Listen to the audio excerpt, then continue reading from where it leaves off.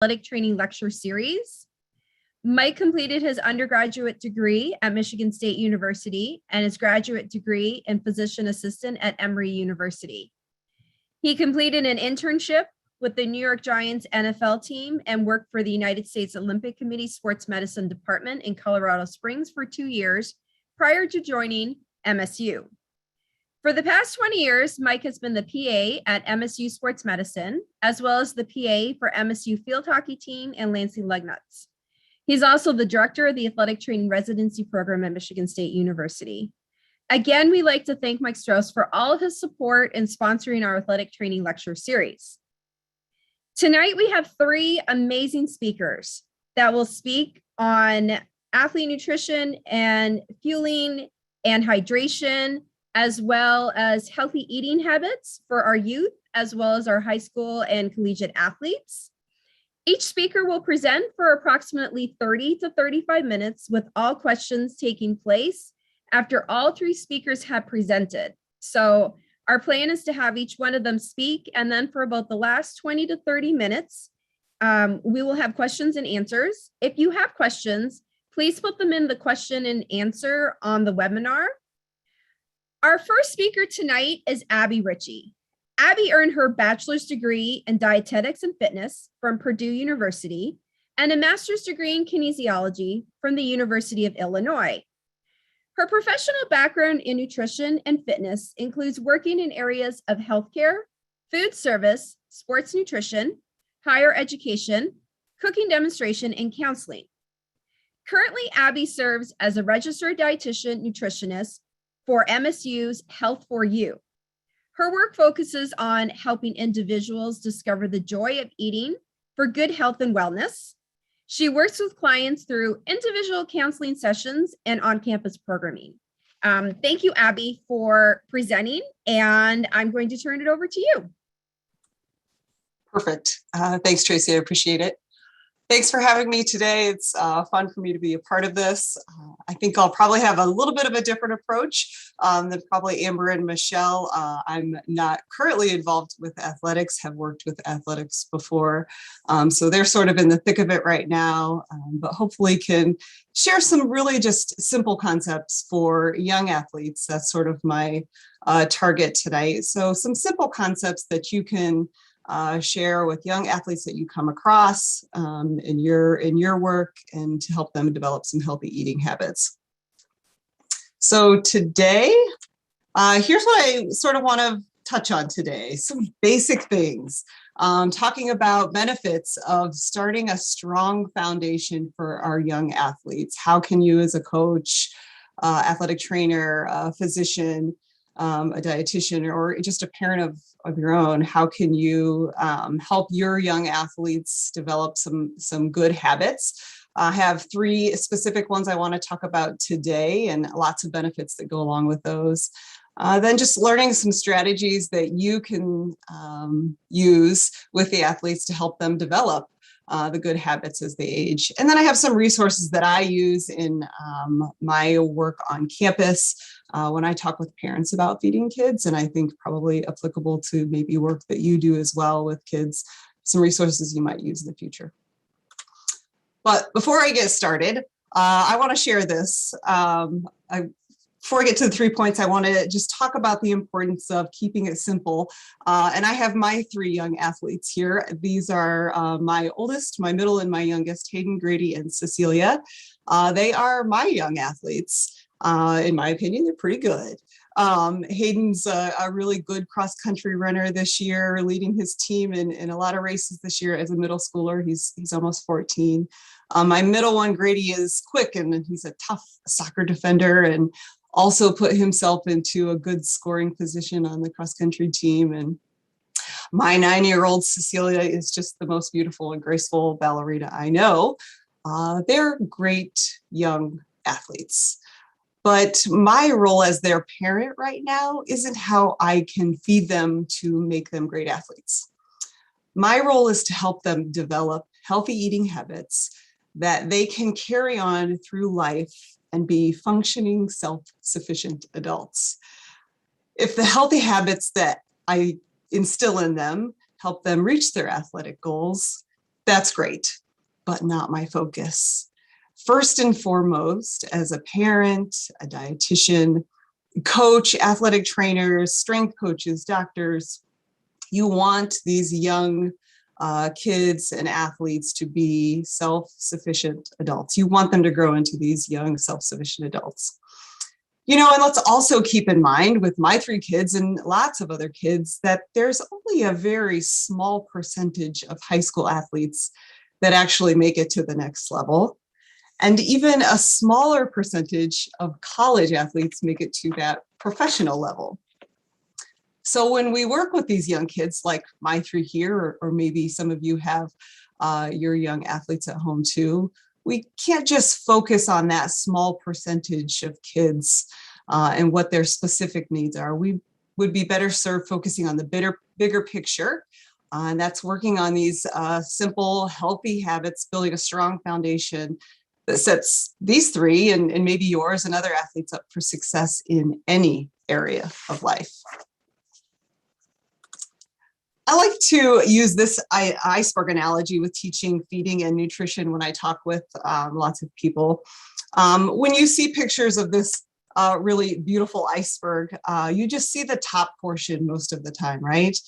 But there is so much more below the surface, framing, supporting, and building to the top of that iceberg. Often in nutrition, we jump to the tip of the iceberg with what we think our athletes need or individuals that we work with need. We think about what is going to help performance without looking at their foundation nutrition, their basic eating habits. Are they getting enough food? And are they having regular meals? The reality is with good nutrition, there's a lot going on below the surface to build and support that top of that iceberg. And in terms of feeding our athletes, it's unnatural for us to try to get them to function at a higher level than they're ready for or can do or need to do. How can we talk to them about getting a specific amount of omega-3 fatty acids if they're not getting meals every day in a regular and reliable manner? And you know, as a parent, besides, it's just too much pressure to work on providing the top of the iceberg for a family.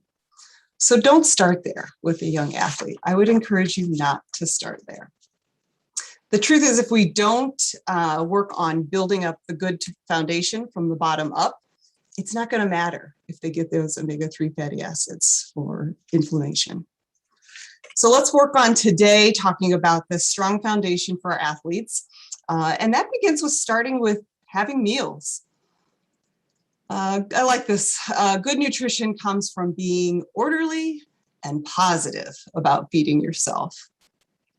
So I want to talk about how we can encourage these kids and really their parents and you to talk to kids about how to be orderly and positive with feeding to get that strong foundation of an iceberg so that maybe by the time they possibly get to have that opportunity to go to the next level, they can successfully apply the nutrition that probably Amber and Michelle are going to cover today.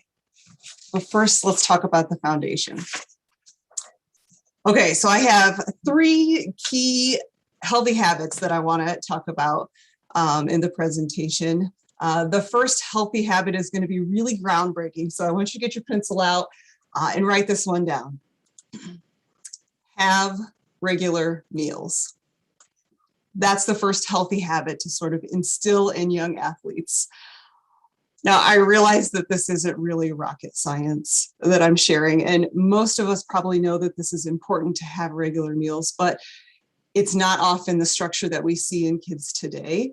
But this is part of being orderly with feeding.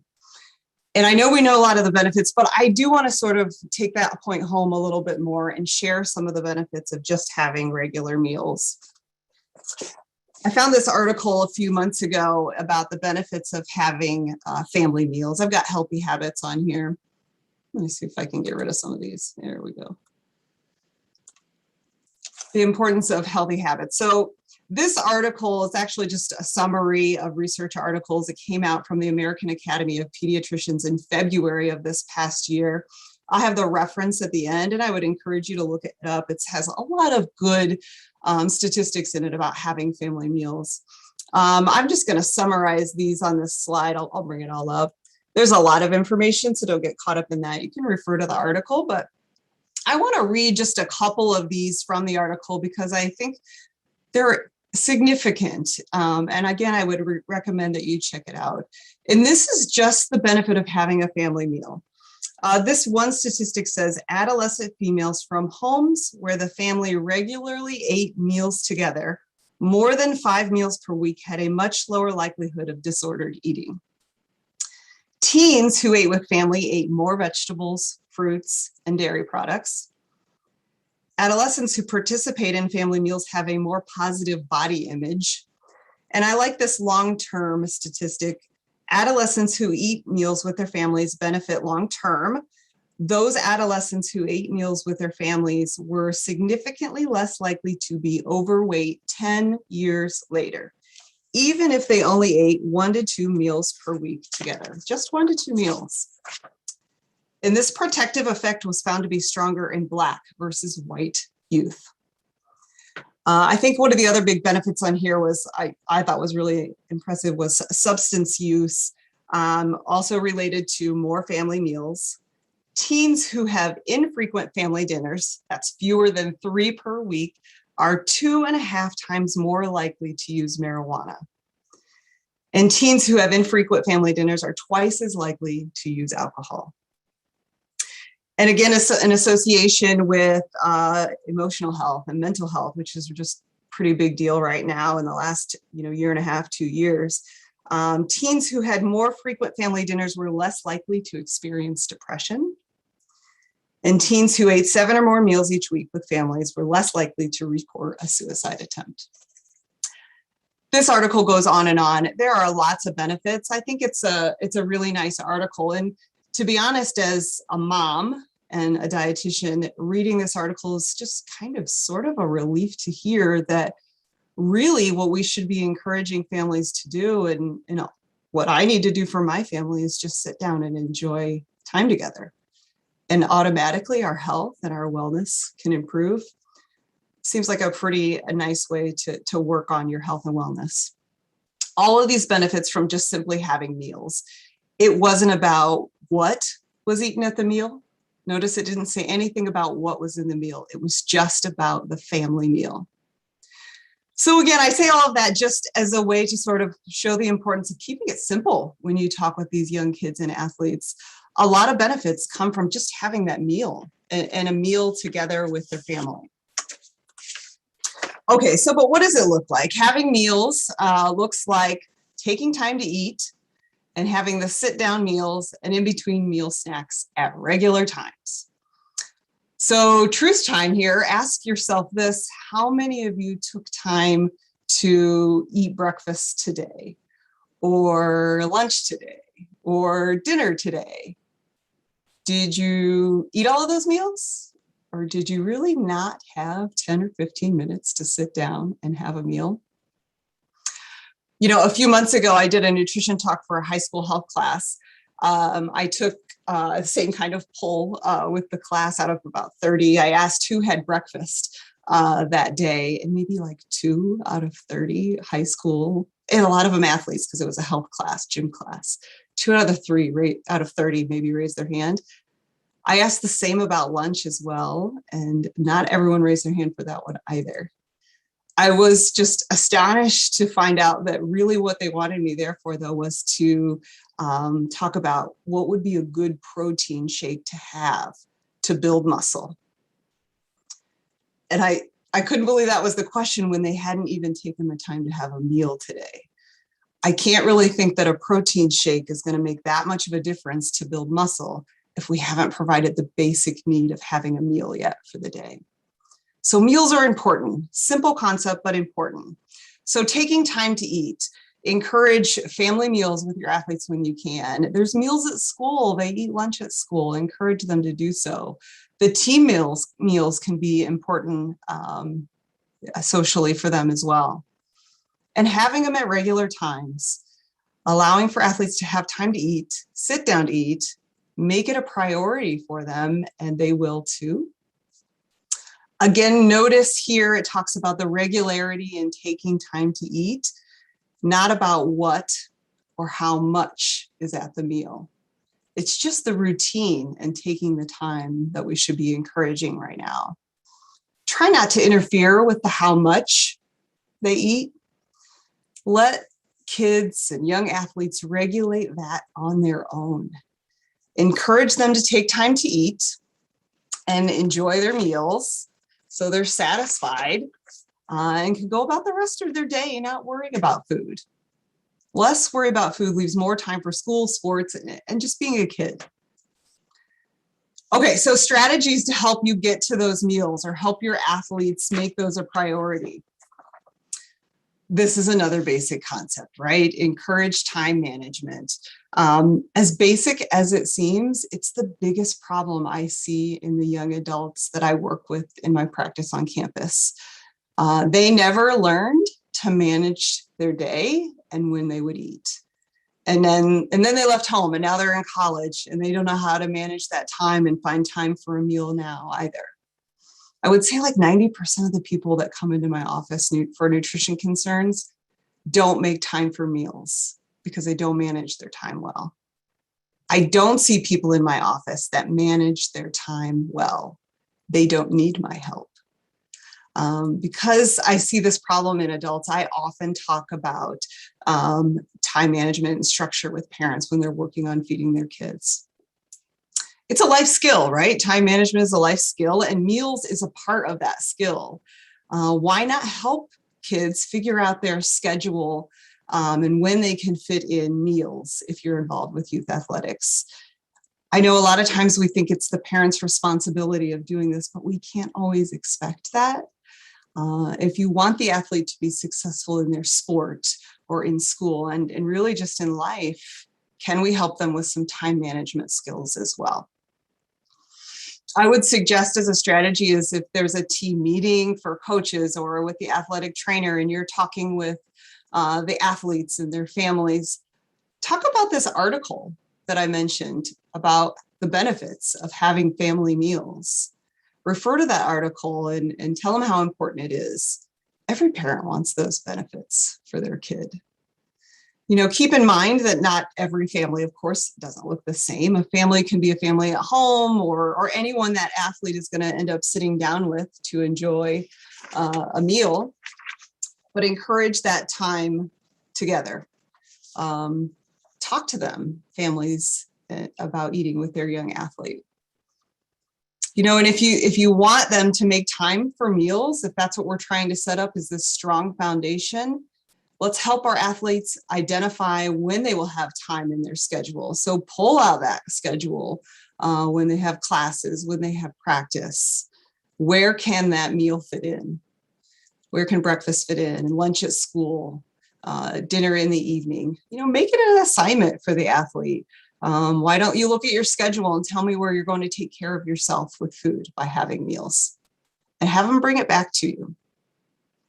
You know, this planning ahead allows for the body to be regulated, meaning it will allow these kids to be hungry at predictable times of day, eat, and then be satisfied until the next meal or snack so that they don't have to worry about the in-between things. They know when they will eat because they've planned it, and they know what they will have because that's been planned too. You know, on the other hand, when we don't do this sort of time managing well, hunger can become very unpredictable. And it leads to snacking and grazing all day long to get fed. That grazing of food doesn't allow us to be satisfied at a meal and just to be able to go about the day without worrying about. It makes it hard for our young kids to concentrate on school, sports, or whatever else when that hunger is there because there wasn't a meal. Having enough food is a most basic need. It's that foundational part. If the kids aren't getting meals, it's hard to think about what other specific things we're going to ask them to do. We need to make sure they're getting these meals first. And then the second and third one are pretty simple, right? But modeling that behavior, if you're the coach or the athletic trainer, the strength coach, physicians, anyone involved in these young athletes' lives, model the behavior, have meals. Can you plan practices and training around their meals too, so that maybe they can get home and get to a dinner meal with their family? Maybe we can even hold our athletes accountable, those high school older athletes. Ask them, how did you see to it that you got fed today? It starts that transition to, this is becoming your responsibility to take care of these meals. Okay, healthy habit number 2, encouraging enjoyable foods at meals and snacks. So having food that they like at a meal. This is a way, so we just talked about structure, getting that foundation down of structure. So having regular meals, this is a way to be positive though, by having enjoyable food. Nothing encourages a regular meal structure more than knowing that there's going to be good food at the next meal or snack. So encourage athletes, teams, coaches, and families to plan meals and snacks that include foods they like. It seems to like a foreign concept today when you talk to people. We're so very focused on what we should and shouldn't have instead of just having good food. I know the question is still there though. What should we tell them to eat, or what should we encourage? They're going to ask you what to have at meals. This is about as prescriptive as I would get. Encourage variety and keep it simple. First, you're going to encourage that structure and that order by having the meal habit. And then say, let's have some variety. Let's keep it simple. Let's include enjoyable foods at those regular meal times. It can be that simple. Keep in mind that it's at regular meal times can be important. It's not grazing all day long, ruining your appetite for a meal. It's having good food at those meals. That's the structure. And the positive part is having enjoyable food. Include all food groups. This is taught in school. Stick to the basics. Most kids know by high school what grains are, protein is, fruits, vegetables, and dairy. You can always encourage to include different food groups at a meal. If they ask you what to have for breakfast, lunch, or dinner, try not to prescribe something specific. Instead, ask, what would you like to have? Or what are you having now? What could you add to that meal to make it more satisfying so that they want to have the meal? Include the good flavors with food. Allow them. It encourages variety. Allowing cheese on broccoli or oil and seasoning on veggies makes them taste good. It's not going to ruin the nutritional value of food. Kids and adults will eat those healthy foods not because they have to, but because they will enjoy them when there's flavor. And because they've learned to eat those healthy foods, they eat less sugar, less salt, and less fat in total. Last one on there, again, model it. If they see you having it, they're going to be curious at some point. This is the same with feeding your kids at home. If they're watching you do it, they're going to eventually try it. Same with your student athletes. And be farsighted again with the virtuous foods. Kids will get there when the meal habit, when that structure is already in place and they're continuously having regular meals, the same foods are going to get tiring and they're going to want to have more and more variety of foods, and they'll seek out the different foods that you ultimately would like to see them have. And then there's food resources. I just wanted to point this out just real quick for young athletes when they say, if the food availability is a problem. Schools all around the nation provide breakfast and lunch most of the time, and often provide summer to-go meals. So your athletes in the summer looking for, food, if that's an issue, often look into the school system and see what they can provide. Of course, here in Lansing, we have the Greater Lansing Food Bank, and that has a link to lots of different pantries, but anywhere in your area, you can look for where there would be food available for athletes that may not always have it available. It's important, I think, if we're going to be involved with youth athletics, if this is a problem for a kid, that we know where we can go to get food for them so that they can have that foundation of regular and reliable meals. All right, this is another hard one, I think, for us. This is third, last one I'm going to talk about is encouraging body acceptance. It might be hard for some of us. We're quick to put pressure on kids with their weight. Try not to. The pressure put on kids about weight at a young age carries over. Again, to go back to my practice working with these college age students now, when I do nutrition assessments in my office, one of the questions I ask is, have you ever dieted before? And if so, when was the first time? I can't tell you how many times I hear my mom put me on Weight Watchers when I was in high school. Or my coach had me drink 2 shakes for my meals, and then I could have dinner. And I lost a lot of weight with that. Or it wasn't really a diet, but I exercised a ton and tracked my calories more than the others so that the weight would come off. And do you know why they come to see me now? It's the same thing, weight loss. And do you know what I tell them?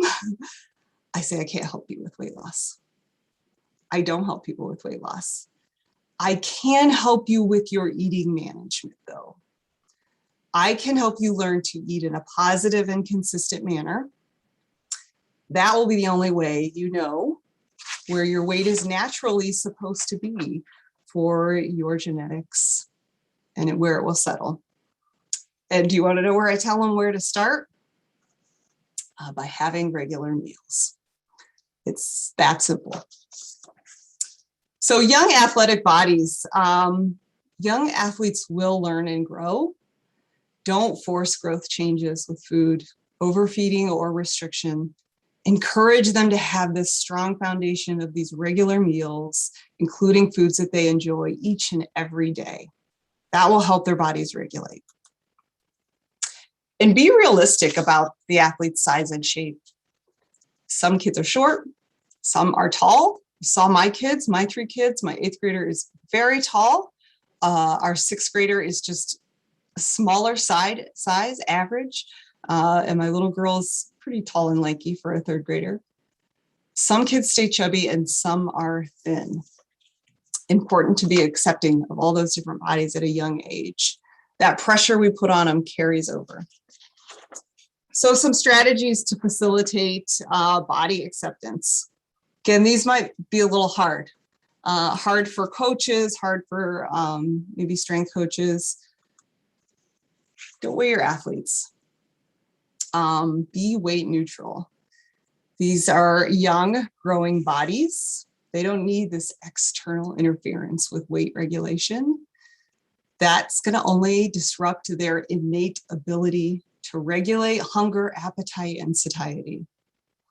Just as I mentioned with the individuals that come into my office to see me at MSU, let these young athletes self-regulate. Provide regular meals, again, with those enjoyable foods to create this supportive, reassuring environment for their growing bodies. Try to separate weight from eating and activity. I do that in my practice every day. I say, let's just focus on the eating and the activity and not focus on the weight right now. Skip the weight talk with the kids. Just have some trust that if you can build this foundation of eating management, having regular meals with that structure, including foods that they like and being body positive, that their weight will settle when they're given the opportunity to let it do so. And encourage positive self-talk. You can eat well and be active and be an athlete at any size. Encourage that positive self-talk as much as you can. And I put on there some review conversations, but mostly just encouraging positive self-talk. I'm not going to go into them very much, but I'll refer to it in the reference list here at the end of the book that I took it from. But any way to sort of encourage that body acceptance is important in young athletes, teenagers in general. All right, so let's work to keep it simple with these athletes. This is just a wrap up. My 3 main simple concepts, foundational points to really reiterate with kids over and over and over. Having these regular meals, help them with their schedules to get this down. Try to encourage them to enjoy foods that they like at meals. And anytime you can encourage them to be very body positive and let their bodies grow and develop naturally, that's going to help set them up long-term for good health and wellness. Here's some good resources. This Feeding with Love and Good Sense. I use this in my practice all the time. It's the book I have here tonight as well. This one's for 12 to 18 years of age. If you have kids of your own, they have all of the ages and stages, of course. It is from the Ellen Satter Institute. Ellen Satter has been around for a long time. She's a dietitian and also a social worker, does a lot with feeding kids in a positive and consistent manner. The second one here is this article about the benefits of the family table. I really thought that was a really great article for my family. It's also just a little bit of a pressure relief to realize that we just really need to sit down and eat together. It's not always about the what that we have. This organization also has some really great patient handouts for families about nutrition. And then the last reference I've got on here is called the Family Dinner Project. It's actually out of Harvard. And it gives ideas for family meals, recipes, also just conversations. Might be good for team conversations too, when there are team meals involved. All right, that is all I have today. Very simple concepts, but hopefully can get you thinking about building that foundation for your athletes. Well, great. Thank you, Abby, so much for that. That was great. Our next speaker is Amber Rinestine. Amber completed her Bachelor's of Science in Biology at Southwestern Oklahoma State University and completed a dual Master's of Art, Master's of Science in Nutrition and Dietetics at the University of Oklahoma Health Sciences Center. Amber has had an opportunity to do quite a few performance nutrition internships. So she did one with the New York Jets, as well as IMG Academy as a nutrition coach for the NFL Combine, and then also at the University of North Carolina with the football sports nutrition as a fellow there. Since January of 2021, so within this past year, Michigan State has been privileged enough to have Amber working as the head performance football dietitian. And today, Amber is going to talk about fueling for health and sport, but particularly placing a focus on hydration, as well as on talking about different ways that you can do in-season and out-of-season nutrition. So I'm going to turn this over to Amber. Hi, thank you so much, Tracy. I'm so excited to be here to talk to you guys. And thank you so much, Miss Sally, for asking me to speak. So yeah, I've had the opportunity to be at a lot of different places. I've seen two different NCAA schools, two different NFL places as well, along with IMG Academy with the Combine. So I did this all just to be very balanced and to know all the approaches, especially for football. So most of the things I talk about are going to be football based and football focused, but you can take it and apply it to other sports as well. Perfect. So my key takeaways from what I'm going to be talking about is differences in feeding and the goals between in-season and out-of-season nutrition, because they're very different. The hydration components and then application of that as well. Fueling for different game times. Again, these are going to be more football related with the noon, 3:30 and 7:30 game times.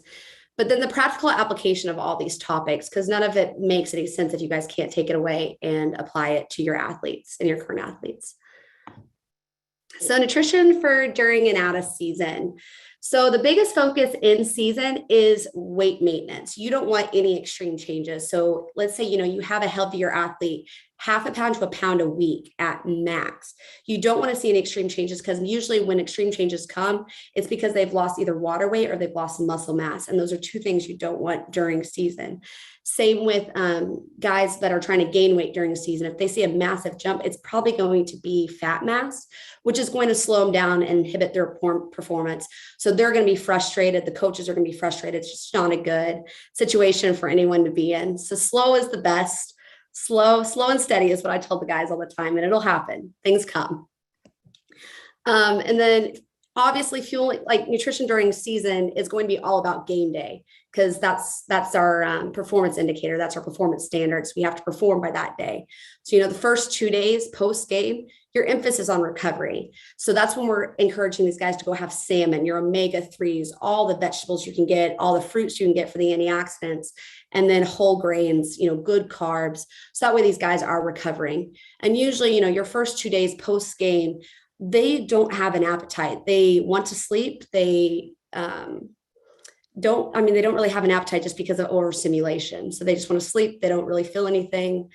So usually the guys will come in, day after, and you'll see 3-5 pound losses because they just haven't hydrated and they haven't ate back up to their normal weight. Usually it takes about 2 days.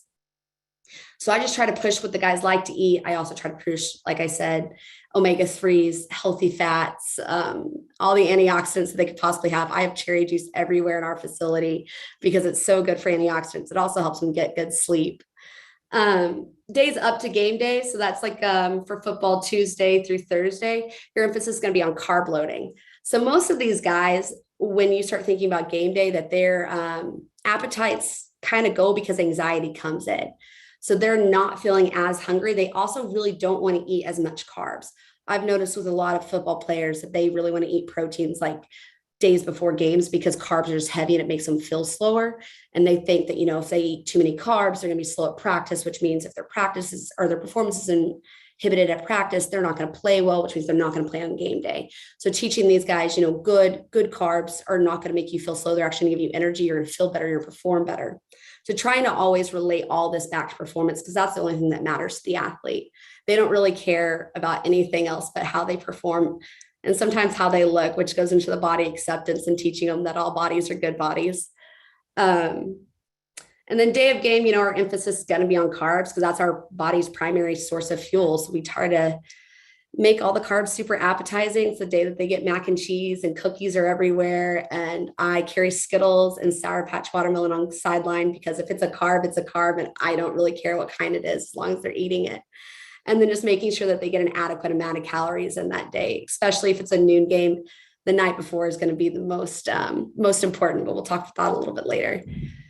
Again, at the end of it, anxiety is the biggest factor. It's like how much anxiety are they feeling towards practice? How much anxiety are they feeling towards, that game day? And that's really going to decide their appetite. So trying to teach these guys, especially during practice days, how to deal with the anxiety and how to eat through the anxiety and, coping mechanisms for how to deal with the anxiety.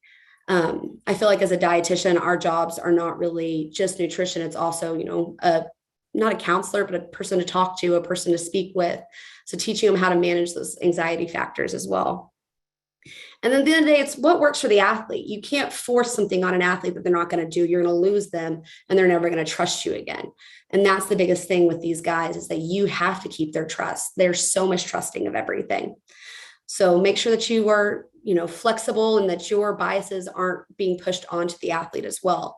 It's what works for them and then kind of navigate them towards where you want them to go. Usually, especially with men, it's better to make sure it's like their idea. So they're like, okay, I love mac and cheese. Oh, hey, what about like nuggets? Why don't you throw some nuggets on there? Oh, that's a great idea. I love nuggets. Got you. Perfect. You got some lean protein in there. Now I'm happy. All right. So I work better with examples. So what does this look like? It's consistent meal intake, which kind of Abby hit on as well, is that getting these guys to eat every 3 to 4 hours is such a challenge, especially if they haven't had the instruction growing up as well. A lot of these guys will come in and they'll eat 2 meals a day. I talked to an athlete in the spring as a consult that ate 1 meal a day and it was right after practice. So he was a high school athlete. So going into a 3 o'clock practice, no food, fasted. And he was like, oh, I have so many hamstring issues. I wonder why. You don't have enough carbs. You need to eat. You got to fuel your body. Your body's just going to break down protein, break down those muscles. Balanced diet, depending on the day, what does a balanced diet look like? What we think like a My Plate or some of the plates you've probably seen online is not going to be for every athlete. An O lineman might need something different than a running back. Same with, a pitcher might need something different than a swimmer. Everything is dependent on the athlete and it's dependent on the day in their competition. So making sure that you know what day they're in and what their competition looks like for that week and that day. So my example athlete is going to be a wide receiver. At this moment in time on Mondays, he wakes up at 6 a.m. He has 2 French toasts, a cup of eggs, and 2 sausage links. Obviously, this is very relative. This is me guessing the amount because I would never make our athletes weigh anything, measure anything. Again, that goes back to, the eating habits that Abby had mentioned before. 11:30, this is post-practice. He's gonna have his PB shake. He loves it. So again, making sure it's something that he actually enjoys eating. He loves taking this post-practice. So I'll have that. It's another 400 calories, easy, quick way to get fuel into him. We also hide a few bit of things in there. So there's some cauliflower. So there's a full serving of vegetables in there. There's also some chia seeds, which helps with omegas as well. 12 p.m., we have Chipotle Mondays. So it's a Chipotle bowl with his white rice. It's what he likes to eat. I'm not going to fight him for brown rice. I'm not, because he's getting beans. So he's getting the fiber. So I'm okay. Chicken, corn, queso, sour cream, and a vinaigrette. That's a fantastic meal. It's well-rounded. Are we missing some veggies? Yes. Am I going to fight it? Probably not, because I've got him eating penne rosa for dinner and I snuck that cauliflower in for a shake. He now knows and he's accepting of it. So that's good. 3 p.m. He loves Fruity Pebbles. He could destroy Fruity Pebbles. So why would I fight that? He's going to eat Fruity Pebbles. That's a carb. It's in between his classes. He's about to go to another class at 4 p.m. Now he's got some brain fuel. So he's actually able to learn. He likes whole milk. Not going to fight him. At the end of the day, to me, it's vitamin D and calcium. Fantastic. 6 p.m., like I said, Noodles and Co. This is a change. He hated vegetables, so we have it in the sauce. He loves it. The penne rosa at Noodles and Co. has some spinach in it. Wonderful. And then I'm a huge fan of yogurt. I actually try to push all of our guys to have some kind of dairy source at night, and that's because of the casein protein content. Casein is a slower digesting protein. So instead of it being a quick spike, like a whey protein is, it's just going to slowly release as they sleep. So it actually helps promote muscle protein synthesis. So it's actually promoting our guys to recover a little bit better, which 1% every day. That's how aggregation of marginal gains is what we call it. All right, so nutrition out of season. This is completely athlete dependent. Don't go in there with any biases of your own of what that athlete should be. The coaches are going to tell you something. The strength coaches are going to tell you something. And then athlete's going to tell you something. Your job is to be a middleman. It is to take what all these outside forces are saying and make it one goal. So that way everybody's on the same page, everybody's happy, and everybody wants to achieve this goal. That's the best way to make sure that these athletes are reaching the goal that they want to achieve and the coaches want to achieve. I always call it gain time. It doesn't matter if it's weight gain, weight loss, it's gain time. We're gaining. So what the goals are the athletes, it's focused around this. Are they gaining? Are they leaning? Are they maintaining? Are they looking more for mobility? So maybe we just need some fat, gain. Some of these guys will come in so lean that they just don't move well. There's not a lot of fat slippage. So you start seeing a lot of micro muscle tearing. Eating enough is the biggest problem here. The guys think that because their practice load, their weight load has gone down so much that they don't need to eat as much or as consistently. I always tell them it's like, you're going to eat more than you normal usually, because we are lifting heavier. Maybe you're not lifting as much, but you're lifting heavier. You're spending more time at school. This is when your harder classes are in. So you need all the carbs for your brain. This is also the time to start teaching good habits.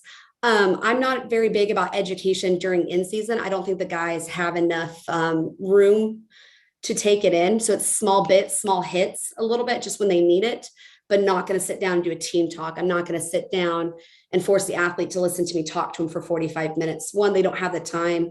And two, to me, a nap could be had there. And that's more important to me at that point. So just small little hints during in season. Out of seasons when we hit them really hard. I'll usually do team talks post every lift. And then if an athlete needs it, we'll sit down and do some more education. This is also the time for nutrition topics. So like bringing in, instructors to teach them cooking, because a lot of these guys don't know how to cook. And then creating routines. So kind of like what Abby was saying is like having these guys in a routine so they feel hunger regularly, because this will be translated into their practice, into in season, into spring, into camp. If they can feel hunger on a regular basis, it's fantastic. Because then they're willing to eat versus me force feeding them and them hating me because I'm force feeding them food. So what does this look like? Our example athlete, he's going to be a weight gain athlete. This athlete previously had inconsistent eating habits due to the lack of nutrition knowledge. So my approach with this guy was to start slowly. You can't expect to move mountains in a day. So he was eating one meal a day, if that. So we increased it to 3 snacks. They're smaller amounts. So he was able to eat more. He didn't feel full. That was a big barrier, is he didn't like to feel full. He felt sluggish when he felt full. So teaching him, smaller amounts, we have more energy. Oh, you have more energy? Great. Didn't your workout feel better? Again, taking that back to the performance aspect, and you really tie them in that way. They have a bigger maybe carb before a lift. Hey, didn't you feel like you could go? You lifted heavy. Look at your PR, bro. They love that. And then they're willing to continue doing that and maybe eat more eventually as well. Again, slowly. It's not going to be a huge jump. Again, success also is not immediate. It comes in waves. And man, you better brace yourself for the waves because it's not always positive. Sometimes it's negative, but you're not really allowed to feel the negatives. You got to continue to be the positive source for these guys. So making sure that you know that success is going to come and that you should expect the little waves that we're going to get. Like I said, consistent support, unwavering dedication. If these guys know that you're there for them and that you're not going to leave, you're not going to give up on them, they'll do almost everything you want them to do because you earn their trust. You show that they're more than an athlete, that they're a person, that you care about them and you care about their well-being. And my biggest thing is food. Food is more than just performance. It's a family thing. When you eat, you think about your family. You think about, when you're a 3-year-old eating mac and cheese, okay, now I'm giving you mac and cheese. Isn't that comforting? Doesn't that feel good? Great. Guess what? That also is going to help you perform better. Yeah. Have I tweaked it? It doesn't taste like mom's mac and cheese. Yeah, I know, but you're going to play better and you're going to work better, but it also gives you some sorts of comfort. And again, like I said, any education sessions, honestly, in my opinion, should always be short. I personally have ADHD, so I always try to do things very short and very quick because I think the guys actually retain and hold on to that better versus a 30 to 45-minute session. They get bored. I've given several of these talks, and man, if you talk for too long, the eyes start wandering and you're not going to keep their attention, which means they're not going to learn. So then you wasted your breath and their time. Keep it short, keep it simple. And if they have questions, they'll come and ask you because they know you're going to be there because of that unwavering dedication. So hydration is one of my favorite things. I absolutely love the challenge of figuring out how to hydrate these guys because everyone is different and everyone creates a different challenge, which to me is the most exciting part of this is that it's never the same. So hydration, it's 4 factors. So, it's hydration status, obviously, how much water did you drink? Did you not drink anything? Yeah, well, of course you're going to cramp. It's also carbs because for every gram of carb you eat, you hold on to 3 grams of water. So making sure that you eat enough carbs also helps with hydration.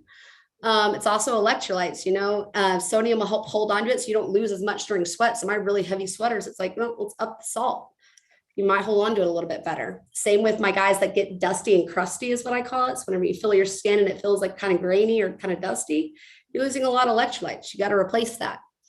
And then it's also mental preparation. If you think you're going to cramp, your body's going to tense and you're going to cramp. There's nothing we can do about it at that point. You got to teach these guys some mental preparation and mental coping skills as well of how to deal with it. Hey, I feel a cramp coming on. Okay, cool. Chill out. We're going to handle it. Trust us. We know what we're doing. We have a plan. And that's my biggest thing is that nothing new on game day. Everything we have practiced, it's going to work. You know what to do. We all know what to do. We're all on the same page. Fantastic. I'm really big about individualized plans. I don't treat any athlete the same because 2 linemen sweat completely differently. Same with, 2 wide receivers. Everybody's individualized and everybody has a different plan. It's a lot of trial and error. You've got to be patient because man, nothing good happens overnight. And sometimes it's a trial. It took us all camp to get most of our guys' hydration plans done. Again, nothing new on game day. Absolutely nothing because newness causes anxiety and they already have enough anxiety on game day. Don't introduce anything new. Everything is always the same. And then creatine, I'm a big proponent of creatine, obviously just for the, brain benefits. So it's being used a lot in concussion studies to help guys recover a little bit quicker since it uses the different pathway that doesn't need oxygen. So the guys are recovering quicker from concussions, but it also helps with hydration status. So if you think about the process of creatine, it needs water, it holds on to water. Fantastic. So as long as the guys are drinking enough water, they won't cramp. But then when you break down creatine in that 4 to 6 seconds of play, you actually are releasing water. So creatine can help with hydration, but the guys do have to drink enough. So making sure if you know that they're on creatine, push some extra hydration on them. All right. So again, I work better with examples. So I'm going to start with an lineman. He's very prone to cramping. He's a very heavy sweater. We noticed that he had crusts in the cracks of his cheek. He had crusts under his eyes. His shirt, was outlined in all of the heavy sweating places. So we knew he lost a lot of electrolytes. He's, like I said, very prone to cramping. This kid will cramp just thinking about cramping. So first step, we just went through the first week to see what his current hydration plan was, because I'm not going to come in and say, hey, I'm the expert on your body and I know your body better than you do. No, he's going to tell me what he's doing, and then I get to find the holes, because that's where I'm an expert at. It's like, where are we missing something? So we did that. I noticed that we weren't drinking enough water. We also weren't eating enough carbs. He wanted to lose weight, so he had cut carbs significantly. And it's like, well, it's affecting your hydration status as well. There's a good thing. There's good carbs. There's bad carbs. You can also like try to balance that out a little bit better. You don't have to just go no carb. So I was blessed enough that this was during camp, so we were able to do a sweat test. Our results showed that we lost over 2,000 milligrams of sodium per hour, which is quite a lot. So we used Right Stuff. It worked really well for him. I always put it in a carb beverage, one, because it's easily absorbed. It's going to be absorbed a lot quicker than just in water. I would never give Right Stuff on an empty stomach. It can cause a lot of stomach discomfort. And on game day, that's something you don't want. They probably already have enough stomach discomfort without adding a Right Stuff. It still wasn't enough though for him. We did this for about 2 weeks and he still just wasn't recovering. He looked drained. So we added more. We added in more carbs at breakfast, and then we added a drip drop, which is just a lower dose of sodium and potassium. And then at night, we had a drip drop into a water with his nighttime snack of a P3. He didn't like my casein yogurt or my casein protein, so he gets cheese and meat, and he's happy. And at the end of the day, like I said, compromise. If he'll eat protein before dinner, it's still going to help him in some way. We did the drip drop, and he recovers really quickly. He feels fresh every day, because hydration is a huge component of feeling fresh. But what if you don't have time to do a sweat test, or you don't have the access to a sweat test? So here's a DB, not recovering well. He has consistent hamstring issues. I always tell the guys when talking about hydration strategies, take a steak and then take jerky. Which one's easier to rep? The jerky. Well, it's because you're dehydrated. So of course you're going to have hamstring issues. It's like jerky. It's just pulling. It's easy. If you try to rip a steak, it's not going to happen. It's been a long time of hamstring issues for this kid. So we assessed his intake first, because I kind of intuitively thought it was carbs. He was a very inconsistent eater. He maybe ate 3 meals a day, maybe, and it was sporadic throughout the day. There was no sort of routine, and absolutely no outside electrolyte intake, either through a supplement or even salting his food. He never salted his food as well. And that's another thing you can tell your guys to do, is just salt their food and they'll be fine. So making that plan, during season, it's not a great time to perform a sweat analysis for me. There's way too many other things going on. And this is something new during game day, and I refuse to do that. We won't try to make a plan during in season. So what to look for? He was losing 2 to 3 pounds of water per practice. He had crusty and dusty skin. So there is, okay, we're losing some electrolytes, kind of clicking in there. He's losing some water, about average on the 2 to 3. So maybe not an excessive amount of water, but for a DB, that's kind of on the higher end. And then not recovering well. So we started off doing a Pedialyte pre-practice and before bed. This was only because that was comfortable to him. He used to have it when he was a kid. His mom used to give it to him. So he was more prone to doing that than a drip drop. I don't care. It's basically the same thing, whatever works for the athletes, where you have to set aside your biases and do what works well for them. And then a higher carb intake. This kid started eating half a plate, of carbs twice a day. Fantastic. Well, now we've worked ourselves up to almost 4 meals a day with 2 snacks. He's doing great. Just kind of modifying and making sure that they're eating enough and drinking enough, little combination of everything.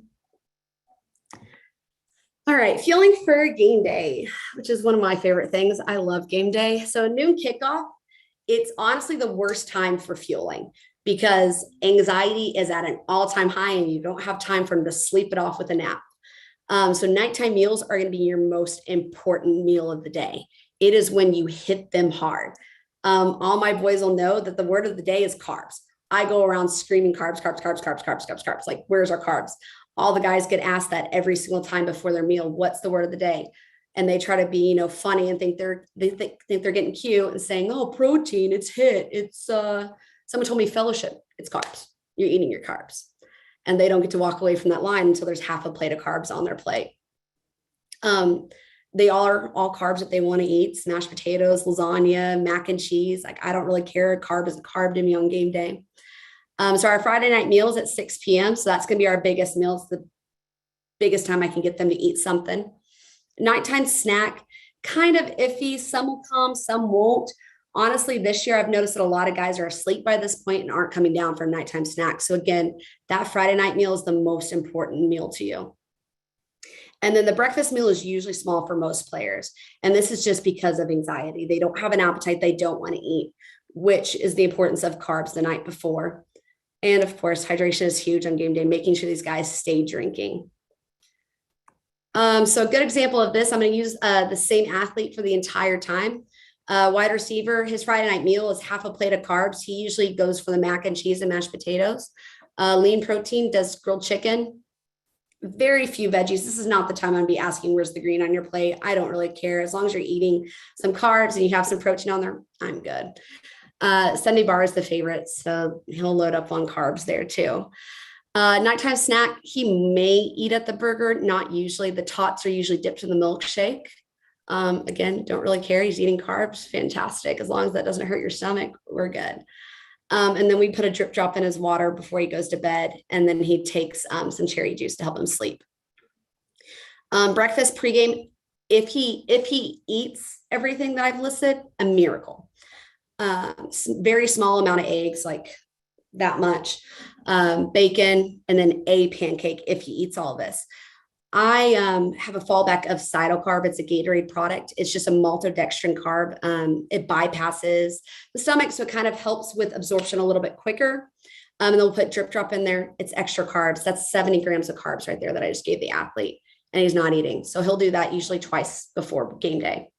Pre-game, maybe some fruit snacks. I always have like gushers and stuff like that because they love it. Again, whatever the guys will eat, provide it for them on game day. Don't have a fight on game day. And his halftime is grapes. This is also to help with hydration and electrolyte balance. All right, so 3:30 kickoff. This is my favorite time because you can get 2 meals into these guys. So it's great on game day. So it's 4 meals versus 3, like we said before. Focus is still at dinner because game day anxiety might still hit in at that breakfast period. It's not as much pressure though. So if they don't eat as well, you're like, yeah, okay, I'll hit you tomorrow. You'll be okay. I always keep a kind of running tally of how much carbs that they have and that they eat. Nighttime, more emphasis on like casein protein. I always carry protein shakes with me for these guys. Same with the milkshakes. It's a milk protein. It's going to have casein in it, which is going to help them sleep and help them recover a little bit better. Again, cherry juice provided. Breakfast is very relaxed. It's kind of come as you want, eat as you will. If you need to go back to your room and eat it in bed, sure. As long as your roommate doesn't care, fantastic. And then pregame meal, it just depends on the athlete. If they're able to eat at previous meals, maybe we won't push so hard at this one. All right, same athlete. Friday night meal, he does the exact same thing. It doesn't really matter if the time has changed, same amount. Again, nighttime snack, he usually will eat more of his burgers and his tots just because he doesn't have to worry about, an upset stomach in the morning. Breakfast, good portion of eggs. He eats a lot more, serve out there, 2 or 3 slices of bacon, and that whole ass pancake is 8. So it's fantastic for me. Lunch, that's going to be our pregame meal. So he usually eats a very small portion of penne noodles with marinara and chicken, and then very little mac and cheese. Depending on the amount, because obviously games have different amounts of anxiety with them. We might add that cytocarb Gatorade if he didn't eat as much, but the drip drop happens no matter what for this athlete. And that's because of his hydration plan that we went over. Pre-game, again, everything stays the same on game day. He's gonna have his 1 to 2 fruit snacks, usually gushers, and then his halftime is gonna be grapes. 7 p.m. kickoff, you get a lot more meals. You have 5 meals. So everything's a lot more relaxed in terms of eating. I usually very rarely have to push anything on these guys. Because their intake's just usually a lot higher because they know they have so much time. This is going to be me casually observing. It's not me going up in their face and being like, add more carbs. That's not half a plate. What are you doing here? Are you trying to play tomorrow? Not with that plate. Let's add some more. Again, taking it back to their performance. Hey, you're not going to have energy tomorrow. How do you expect to perform?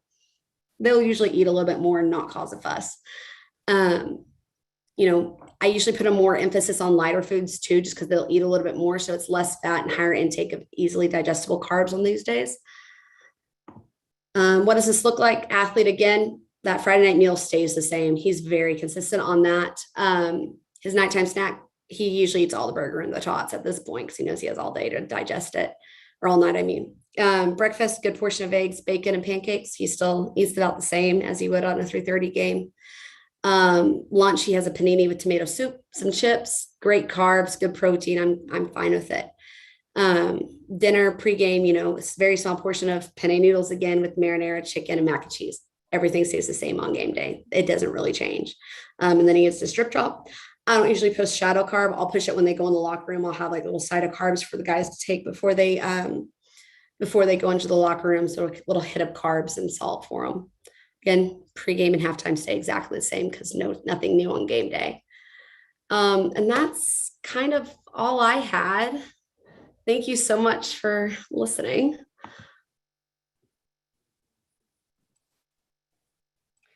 Well, thank you, Amber. Now I'd like to introduce Michelle Tegenkamp. Michelle completed her Bachelor's of Science in Dietetics as well as a Bachelor's of Science in Kinesiology at Michigan State while competing for MSU's cross-country and track and field teams. She then completed a Master's of Science in Nutritional Science at the University of Wisconsin. Since becoming a registered dietitian, Michelle has spent the majority of her career working with athletes at all levels through her private practice, Active Nutrition, and now as the lead dietitian with Headquarters PT. Michelle also serves as a consultant RD with the University of Portland's athletic departments, as well as the team dietitian for the Portland Trailblazers, where she is currently in her 8th season with that NBA team. I'm going to turn it over to Michelle. All right. Thank you guys for being here and having me. I'm going to touch on a few topics, kind of building on what Amber and Abby have already talked about. So I'm going to touch on nutrition for endurance athletes specifically.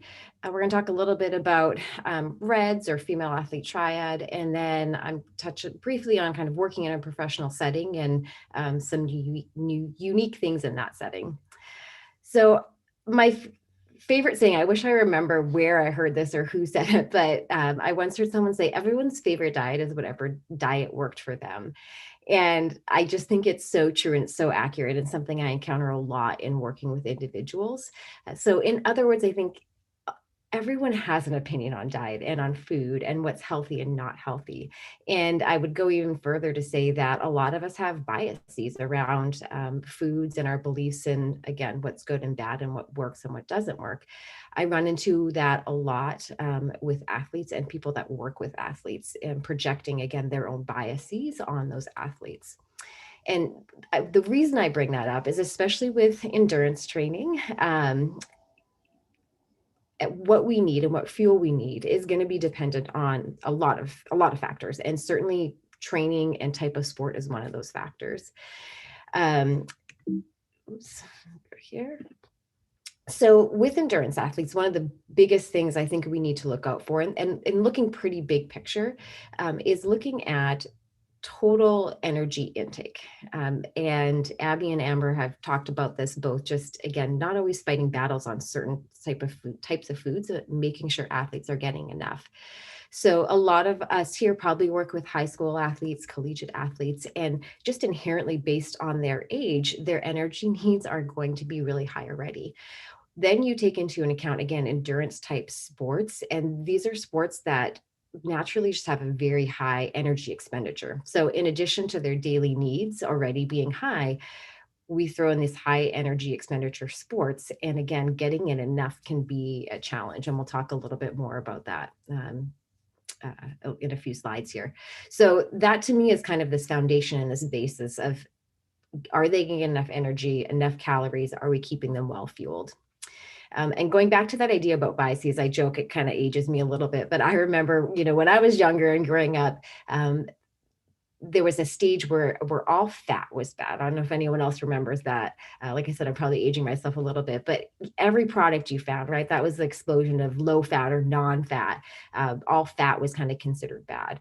And so, we've done a 180. And I think now if you look at any kind of social media, if you look at diet on the internet, a lot of what you see is carbs are bad and protein is good, right? All carbs, all sugar is bad, and it's high protein, high protein. And it's been that way for a little while.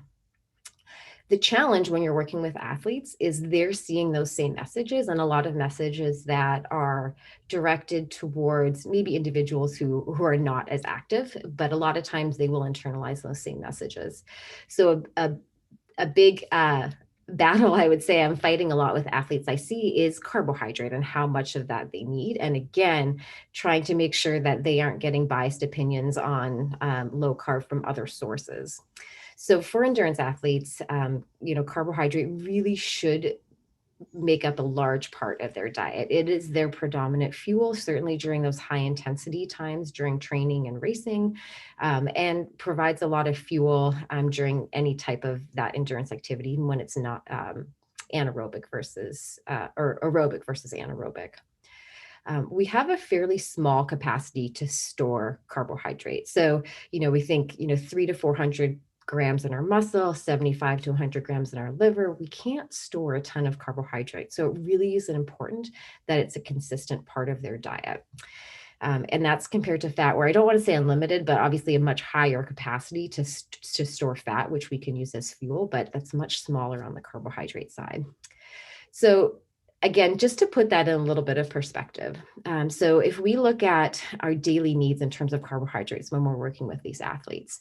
So for an athlete that would have a moderate intensity in terms of training, which is considered about 60 minutes a day, I'm recommending 5 to 7 grams of carbohydrate per kilogram of body weight.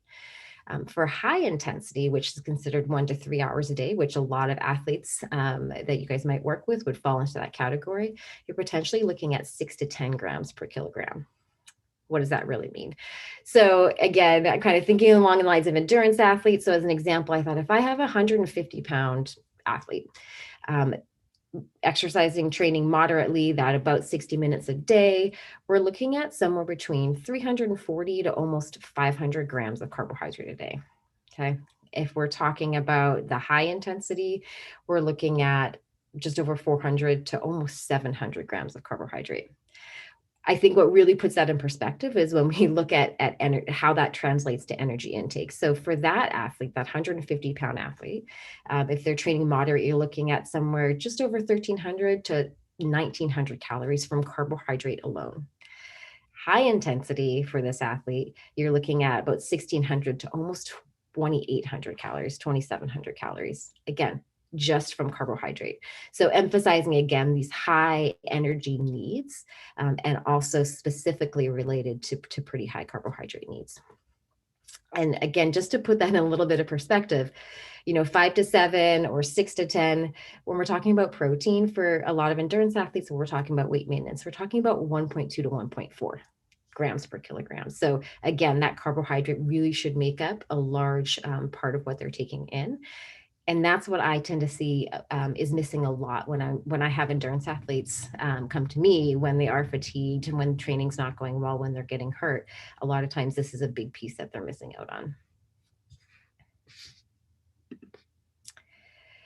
Carbohydrate, and again, this was touched on a little bit, but that's really what we're looking at, pre-training, pre-racing, easy to digest. Again, I'm not concerned about necessarily whole grains or anything like that. We want easy to digest, especially when they're nervous or anxious, even more so that's important. With a lot of these endurance athletes, they, especially during training, a lot of them are going to be training for over 90 minutes. And so then it's not only are they getting in a carbohydrate before and are they feeling well, are we fueling them during that activity? And endurance type athletes, again, depending on the sport, that can be more of a challenge in terms of digestion. So again, going to those really simple carbohydrates, helping educate them on timing and types of foods that they can be consuming becomes really important as that length increases. And again, that 90-minute mark is where we really want to make sure we're addressing that. I just was at a meeting with someone today and we were talking about recovery and timing. And so again, a lot of collegiate athletes, certainly a lot of distance athletes, are going to be training more than once a day. And so when we're talking about those multiple training sessions, again, I'm really focusing on that carbohydrate with them for energy before and for replenishing those energy stores that they've used during training. So for those athletes, if they're training more than once a day, those endurance athletes, we're trying to get some carbohydrate in them, within that 30 minutes, 1 to 1.2 grams per kilogram, and then every hour for at least the first 4 hours when they're going to have multiple training sessions in a day. It's really important, again, whatever level this is, high school, collegiate, professional, that we're aware of what options are available to these athletes. So that's a big part. Early in the season, I'll meet with different teams, and a big part of that is having the coaches there can be important as well, because they need to understand what that timing looks like. I'm thinking back to a talk I did with a team this year, and it was like they got out of practice, and by the time they got done, the cafeteria was closed. And so, in having that discussion, the coach was able to shift their practice time so that they could actually make sure they could get fuel after that training session. So again, really important to look at what options are available. I've had this a lot with high school athletes out here in Oregon. They're masked in school. And so I've had a lot of athletes that we're trying to figure out, how do we get them fueled while they're in school? They're not supposed to be eating. And so we've had to be a little bit creative with that. And again, what options do they have, and how do we make that work for them? Again, I emphasize this ratio, right? Again, of this carbs to protein, because I see it all the time that, yes, protein is important for recovery and we want to make sure they're getting their protein. But again, educating these athletes on the fact that you actually need more carbs than you do protein. And so, roughly using a 3-to-1 ratio, sometimes a 4-to-1 ratio, but helping them to understand just how much they need in terms of that carbohydrate replenishing and refueling, in addition to that protein, which we use for recovery and healing as well. So again, carbohydrate, a huge emphasis for me, and Amber was talking about that too. But the other thing with endurance athletes, and one thing we see a lot, is iron and low iron. And so something that, as health professionals, we should definitely be keeping an eye on. So some common signs I would encourage people to look out for, pale or yellow skin, extreme tiredness or dizziness, weakness, kind of heavy legs, just my legs are tired and they feel heavy. A lot of times we'll see a decrease in exercise performance, shortness in breath, increased heart rate, and then potentially as they get more anemic, easy bruising, not knowing how that bruise got there. I just bumped into the table and I have this huge bruise. So that's something to be aware of. And then potentially brittle nails, hair loss is something we'll start to see. Again, fairly common with endurance athletes, certainly even more so with female endurance athletes. But what I find challenging, again, with endurance athletes is a lot of times, especially at the high school level, but sometimes even beyond that, is I'll have athletes go to their pediatrician or their primary care provider, and they'll have their blood levels looked at, and their ferritin is usually the first thing we look at as our storage form of iron to get an idea if they're starting to become iron deficient. And their numbers will fall in what they're told is the normal range. So they're fine. And then they'll tell me those numbers and I go, oh no, we're not okay. So there's a difference between, I would say difference between what maybe be considered normal and what would be considered ideal, especially when we're talking about these endurance athletes. That iron is an essential component of hemoglobin and myoglobin, which we need for oxygen transport, which is this constant source for these athletes and what they need. So again, to put that in perspective, for men, their normal ferritin levels is 20 to 250. So there's a huge range. For females, it's 10 to 120. But if I have let's just say a distance runner go in and come back with a ferritin of 10, technically it's in the normal range, but it is not anywhere near ideal. So I try and encourage these athletes to be closer to 50, if not 100 in terms of their ferritin levels. And you can see that, again, stage 1 of iron depletion or deficiency is considered to be less than 35. And that still falls within the normal range of iron, right? So that's the tricky part, I think, is understanding that what these athletes are asking of their body. Again, we can't just let them fall in the normal range, they need to be above that. So we'll start with dosing some iron. Often I'll start with 25 milligrams of elemental iron and try and work up from that. It is hard to restore your iron levels while training through just food. So this is an area where often a supplement is needed.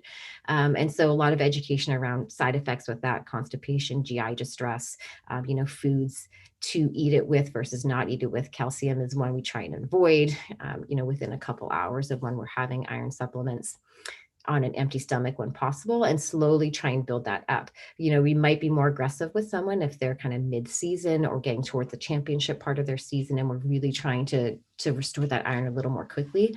So balancing that aggressiveness with some potential GI distress. But again, understanding that these athletes don't just want to be in the normal range. And so if someone tells you they had their iron or their ferritin checked and it was normal, to me, it's not enough to hear it's normal. I actually want to know what that number is, and is it ideal, or do we need to work on that? Okay, so with a lot of athletes, certainly endurance athletes and, other athletes as well, just with heavy training schedules, it's a challenge to get in enough fuel. And so a lot of people have probably heard of the term female athlete triad, or REDS, which is reduced energy deficit syndrome. So I want to talk a little bit about that. And a part of this, we're going to talk about kind of signs and symptoms, risk factors. And the reason being, in the last IOC consensus on REDS, which was updated in 2015, surveys found that less than 50% of physicians, coaches, physiotherapists, athletic trainers could identify the triad components of low energy availability. And only 19% of, I think there was 370 US high school nurses could identify all three triad components. So this is, I would say, very prevalent, but can be hard to miss and isn't always identified. So I want to talk a little bit about the spectrum and some signs and symptoms. And while there are some differences between female athlete triad and RED syndrome, forgive me for talking about them in kind of the same fashion, because the big thing the big common component with both of these is that we have low energy availability.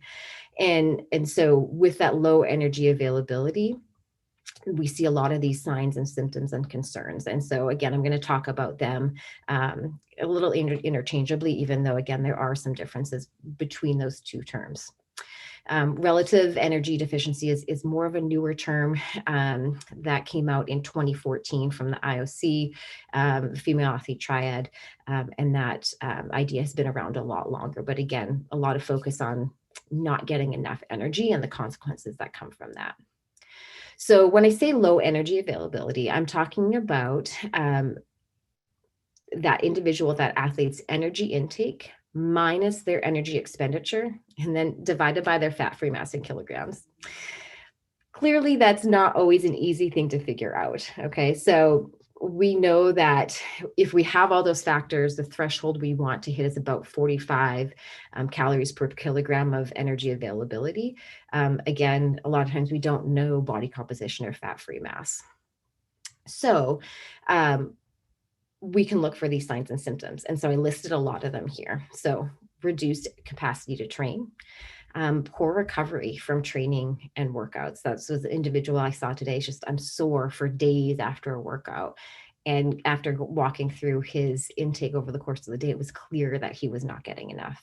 I had another actually endurance athlete, a runner, who ended up having to leave school because he hit the wall, literally could not get out of bed. And again, when we walk through what, with COVID, a lot of the spots that he would go to for food shut down. He didn't have time to get across campus to get food. It resulted in a super low energy intake. So it was a big goal to restore this energy intake before he got back to training. You'll see delayed recovery times, again, during training. So if, running repeats and all of a sudden, you just can't recover before that next repeat. Frequent injury and illness, and we'll talk a little bit more about why. Changes in mood, depression, increased anxiety, poor mood. Those are things that we see. That is excessive fatigue. Again, that comes with iron deficiency, but it also comes with just not getting enough energy or calories in. These two, it's interesting. Can you look at this? So two signs and symptoms: failure to lose weight, or also rapid weight loss. Again, I'm going to talk a little bit more about why both of those potentially apply. It has to do with our metabolically and our RMR, and if that slows down. Stopping or disruption in a menstrual cycle. So we want female athletes to have started their menstrual cycle by the age of 16. If not, there's going to be concern for that. We call that primary amenorrhea. If they previously had their menstrual cycle and got it regularly and it stops, so if they're having or slows down or doesn't become as regular, if they're getting less than 6 cycles per year, again, a sign or symptom, and something to definitely be aware of on the female side. Certainly reduced or low bone density, a huge concern. Again, irregular or no menstrual cycle, and then low heart rate and blood pressure. And this actually can become very dangerous if it continues. So again, I think there's a common conception that, you lose your menstrual cycle when you're training hard, and that's just what happens. Same thing, you're really fit, so you have a really low heart rate. And so again, it's kind of getting through some of these misconceptions where things may be common, but that doesn't mean they're normal or ideal. And those are two scenarios in which, we really want to be aware and careful, because that can cause some big health consequences. So again, when we see whether it's the female athlete triad REDS as low energy availability, we start to see a suppressed metabolism. So again, we might look at an athlete and go, well, they're not losing weight. They must be eating enough. Well, when we decrease our intake enough that we can slow down our metabolism, our bodies become really efficient. Our metabolism slow down. So even though we're under fueling, that athlete may not be losing weight, which again can make it tricky to identify. But in combination with that, again, negative impact on training, reduced bone density, a huge issue. And it can be hard for a lot of athletes to understand that what they do now, is going to have huge effects, potentially now stress fractures, but 30, 40 years down the road when we're talking about bone density. Again, increased risk of psychological harm. It's that idea of, again, not focusing so much on weight, accepting different body types that Abby talked about, but long-term acute and chronic health problems that can come from that. So let's talk a little bit more about that. This is a spectrum, right? So it's not that all of a sudden, and so whether we're terming it female athlete triad or reduced energy deficit syndrome, the goal is to have our athletes in this green area, right? So they have optimal energy availability, both for kind of daily living and for training, that they're hitting that. For females, they're getting regular menstrual cycles and they're having optimal bone health. That's where we want to have these athletes. The reality is during different training cycles, during different parts of the seasons, they may fluctuate through part of the spectrum. Okay. So, ideally in that green area, they may fluctuate a little bit during a really high, whether it's training volume, training mileage, where their intake, they can't quite keep up with their needs. That may be with or without an eating disorder, disordered eating. Again, a lot of times it's just hard for these athletes to keep up. They might see their menstrual cycle, kind of lengthen. Maybe they're still getting it, but it's every 40, 45 days instead of every 28 days. So we start to see some irregularity there. And then potentially along with that, some low bone mineral density. The far end of that spectrum, which we're really trying to avoid, again, there's going to be some fluidity to this, but trying to avoid this sustained low energy availability, because then we start to see, again, amenorrhea, loss of menstrual cycle, and extremely low bone density, or getting into that osteoporosis. So again, while there may be some fluctuation, we're aiming for that green area and trying to keep our athletes there as much of the season as possible. So talking about health consequences of this low energy availability, I'm going to talk about performance, which is a lot of times where I start with athletes to kind of get them on board. But this health consequences. So again, there's a lot of overlap between female athlete triad and reduced energy deficit syndrome, but you can see where triad specifically looks at energy intake, menstrual function, and bone health. And those, again, as a triad, those are the three components. With reduced energy deficit syndrome, it's looking at a lot of our other functional systems and the consequences of that low energy availability on all of those symptoms. And so you can see there's a huge range of that. We've talked about some of these, immune system, decreased immunity, increased risk of illness, inability to fight off an illness. Gastrointestinal. So I mentioned kind of the two areas where they may not lose weight, or they may lose a lot of weight. But in terms of gastrointestinal, we can see delayed gastric emptying. Constipation is a red flag, increased transit time. And again, along with that metabolic, so potentially a decreased resting metabolic rate, these symptoms can cause it. So while they're not fueling enough, they may not be losing weight. And this is a challenging one with athletes. I had a young high school female athlete come see me, was clearly under fueling, but it was a real struggle for her to understand that she should eat more. She said, I'm listening to my body and I'm not hungry. So for her, the idea of having to eat more was a really hard thing for her to wrap her mind around. And again, I said, it makes sense. I understand that you're probably not hungry, and it's because of these things, right? She probably was slower in digesting her food. Her metabolism had probably slowed down. And so I believe that she wasn't hungry. She wasn't purposely trying to eat too little. She was listening to her body. But as I got her eating more, which is very common, her appetite started to come back. And so that's always for me, if I get an athlete I'm working with that is under fueling and I get them eating more and they start to tell me they're feeling hunger throughout the day, I get really excited. To me, that's a really good sign. Growth and development, again, especially that high school age, maybe for some athletes, even to that college age, we can see growth retardation. Some athletes can catch up, some don't. So really important depending on the age as well. Psychological, again, this is huge, especially with the last, 18 months we've gone through. We see a higher incidence of depression, social insecurity, and anxiety that can come with for athletes that are, again, in this low energy availability state. We talked about iron deficiency on its own, and that certainly can come into play with low energy availability as well, which can affect a lot of other symptoms. Endocrine, again, changes in appetite regulating hormones plays into everything that I was just talking about, and that ability to feel hunger and fullness. Menstrual cycles, we talked a lot about that. Again, it's a super important question to be asking these athletes, in addition to if they're on birth control, because obviously that's going to potentially skew their answer or become have that answer be less reliable if they're on birth control.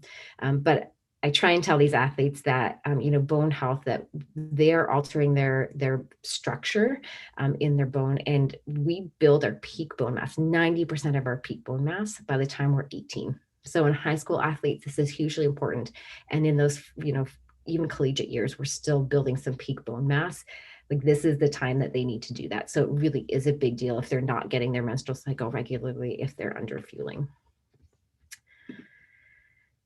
I know I'm running a little close on time here. So I do want to say that the training consequences, the decrease in performance, the increased injury risk, these are where I tend to focus on with the athletes, because I have to get them to buy in, to understand that it's really not okay to be under fueling. Even if you feel okay now, the consequences and they will come. And so a lot of times, tying it back to performance and training is a way to try and kind of get them on board with understanding why it's so important that they're getting enough fuel.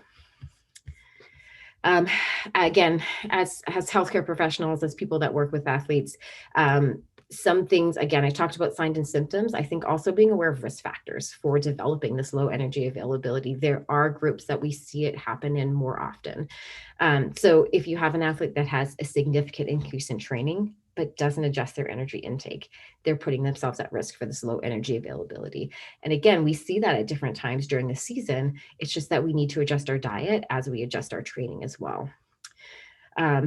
For some, and Amber talked a little, or Abby talked a little bit about this, access to food. If that's an issue, whether it's, again, school restrictions, I can't eat during school because I have to have a mask on and we're not allowed to eat, busy travel schedule, limited financial resources. If they don't have access to food, obviously that's going to impact their ability to fuel correctly. Some athletes may have restricted intake because of GI issues. I'm working with, maybe a Crohn's athlete or IBS, a medical condition like celiac disease. And so these are all things that we have to educate them on, and how do we work around that in all these different settings, whether it's travel, at home, in a cafeteria, on campus, how do we help them work around that? Restrictions of whole food groups. This is a tough one, and a really big red flag for me. Some people are, again, certain types of food doesn't sit well with them, the principle behind a certain type of not eating a certain type of food, those things exist. But when you see more than one, or they're not eating, any animal products, but they're also not willing to eat beans or lentils or this and that, when those start to add up, it's going to become really hard for them to meet their energy needs. And so helping them understand what those energy needs are and how do they prioritize training and fueling around these food things, and can we get them to open that up a little bit? Certainly being aware of disordered eating behaviors. Diet's really high in fiber. So if you're watching athletes eat, again, generally we don't think of fiber in our diet as being a bad thing, but when we have these really high energy needs, if we're eating a ton of fiber, again, we're delaying our gastric emptying, and we're going to feel full without having actually gotten a lot of overall energy. And so that can be an issue in some of these high energy need athletes. Preoccupation with weight and food. And again, there are certain classes of athletes we know are more prone. Endurance athletes, aesthetic sports, where that visual component matters, and then weight class sports. So it's not that it can't happen in other sports, but those are one particularly that, again, increased your risk for developing this low energy availability. Okay.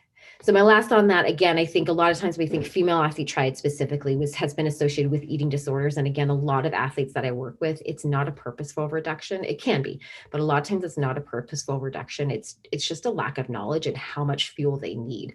So it's a lot about education. It's a lot about strategies and providing tools and quick things that they can eat, and how do we help educate them on how much they actually need, and have them become in tune with that and not worry about what everyone else is doing, and then make it as easy as possible on them to get that fuel in. Lastly, really quickly, as I'm running out of time here, I want to touch a little bit. I do work with our local NBA team. I've been with the Trailblazers. I'm going into my 8th season. And so, as Abby talked about, there's a very small percentage of people that make it to this top level. And so I think there are some unique things that come along with that. My first year, so 7 years ago, my first season, I was talking to a strength and conditioning coach that was with us at the time. And his tidbit to me was, a third of these guys are going to be super invested, really interested, going to want to pick your brain. A third, we'll listen and be open to it. And a third are not going to care at all. And while I would say that ratio is not totally correct, in the athletes that I've worked with and the teams that we've had, you do get people that fall into each category. And so, as you've already heard, I think it's really important to understand the environment and understand the athlete.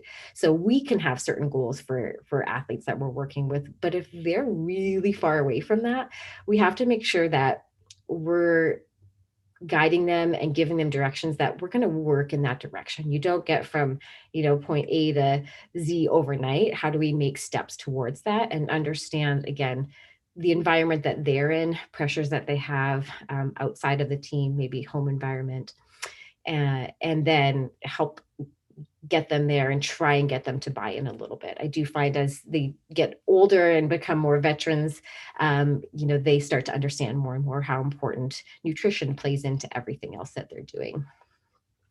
A huge lesson for me in working at the professional level is this idea of time and it being a super valuable commodity to these athletes. I know high school athletes are busy, college athletes are busy with practice and class and studying.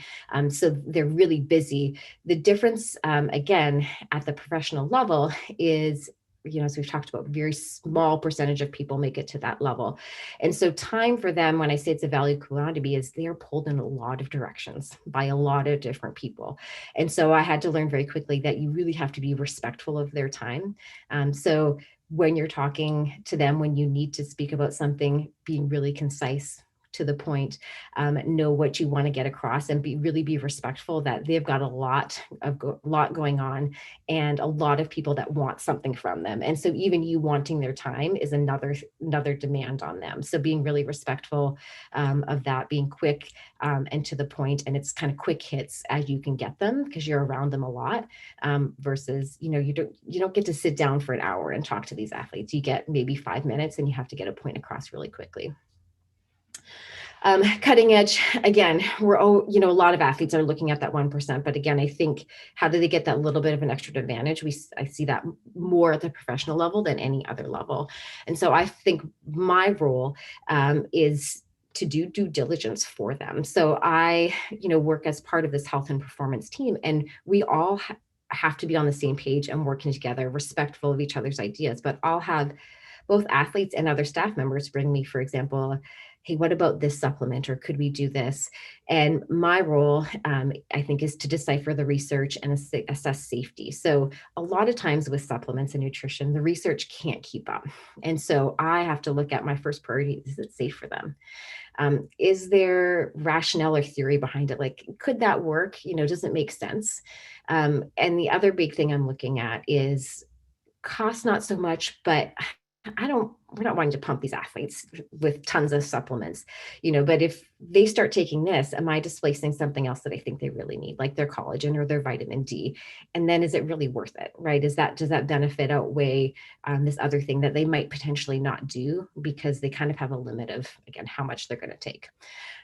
So trying to be on the cutting edge, but also, again, education, and helping them understand the risks and the benefits, and if it's really worth it, because you'll get a lot of things brought to you that you kind of got to look at. And then again, I've been lucky to work as part of a great health and performance team. We all have our areas of specialization, but they're with the athletes more than I am. They travel, I don't. So I have to have, insight from them when I'm dealing with athletes. And so having that, good working rapport with your whole team so that you can communicate, you can bounce ideas off of each other, is hugely important. Again, I've been lucky in my role and with the teams I've been with to have that. And so that's been really great. So I think we're going to open up to questions, and I will let Tracy jump in there. Okay, well, first, I'd just like to thank all three speakers. You guys did an amazing job, and all the information was very helpful. I'm probably actually going to start with Michelle, if you want to just stop screen sharing at this point.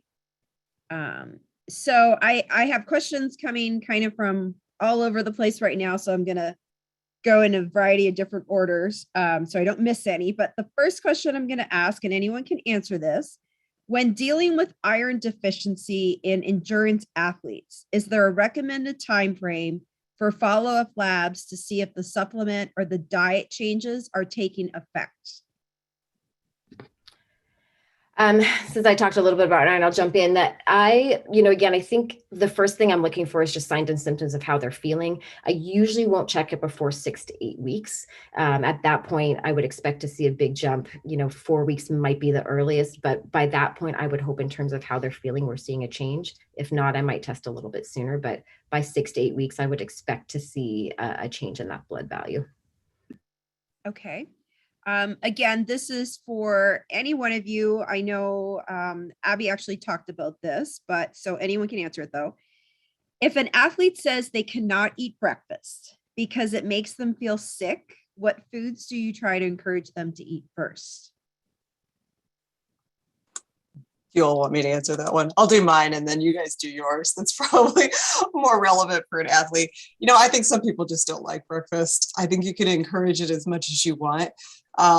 Sure, yeah, ideally I'd love for everybody to have a breakfast, but if it's going to make them sick, probably steer clear of it, or ask them, what could they tolerate? Maybe it's a liquid better than a solid food that they can tolerate, but I think not everybody likes breakfast or wants to have breakfast. Also going to depend on the sport too. And Michelle and Amber can go into that more. I mean, a swimming is going to be a different situation probably than something else, but probably before a lift or something is not a bad idea.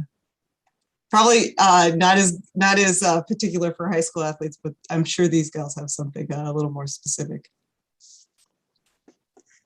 Yeah, I mean, I usually just go off of what the athlete says. Like I usually discourage milk. Well, I have an athlete who can drink a 24-ounce cup of milk and be perfectly fine before a lift, but God forbid he had bacon and a sausage patty. He's going to be throwing up everywhere. It depends on the athlete. And I think listening to them and working with them is the biggest thing. So he gets a breakfast shake in the morning. I also make breakfast shakes for our guys every morning, which is just oats, honey, strawberries, bananas, and water. It's quick carbs. There's a long sustaining carb with the oats, but it tastes good and they're willing to drink it and it's not going to sit heavy on their stomach. It's really just working with your athlete. It's kind of all over the board. I have other guys who'll just eat a chewy bar. It is what it is. I think Amber touched on it too. I think liquid can be a great option if they can't tolerate much, but Amber talked about those earlier game days. And so getting them to eat more the night before, if they really can't tolerate anything in the morning, sometimes you can use that evening before strategy for fueling too. Again, if they really can't eat anything, at least you can get them a little bit extra the evening before too. So I have a question, and then another individual has a similar type. In a high school setting for an athletic trainer that might not have access to a nutritionist, how much nutritional advice should we give to an athlete, or should we refer and help connect the athlete with a nutritionist? Yeah, I'll start this one, I guess, too. But feel free again, please, Amber and Michelle. I think it goes back to, can I go back to the three main points that I made, in that it's a really good way to encourage some basic things, those three main things. Hey, are you having meals? Where can we get in meals? Let's just keep it simple like that and start with what they're having. What are you having? Okay, well, what can you add to it? I don't know that you need to necessarily get so specific. When you start getting prescriptive, then yeah, it's time to refer to a dietitian. But food groups are taught in school. Certainly anybody can talk about food groups with an athlete and saying, hey, get 3 or more food groups at a meal. What do you like from those groups? And try to include those. But again, going back to the basics, that foundation, are having meals, have what you like, and enjoy those meals. So, not really a follow-up, but still a little bit similar. As nutritionists, how do you help a student athlete with disordered eating that does not want to speak with a therapist?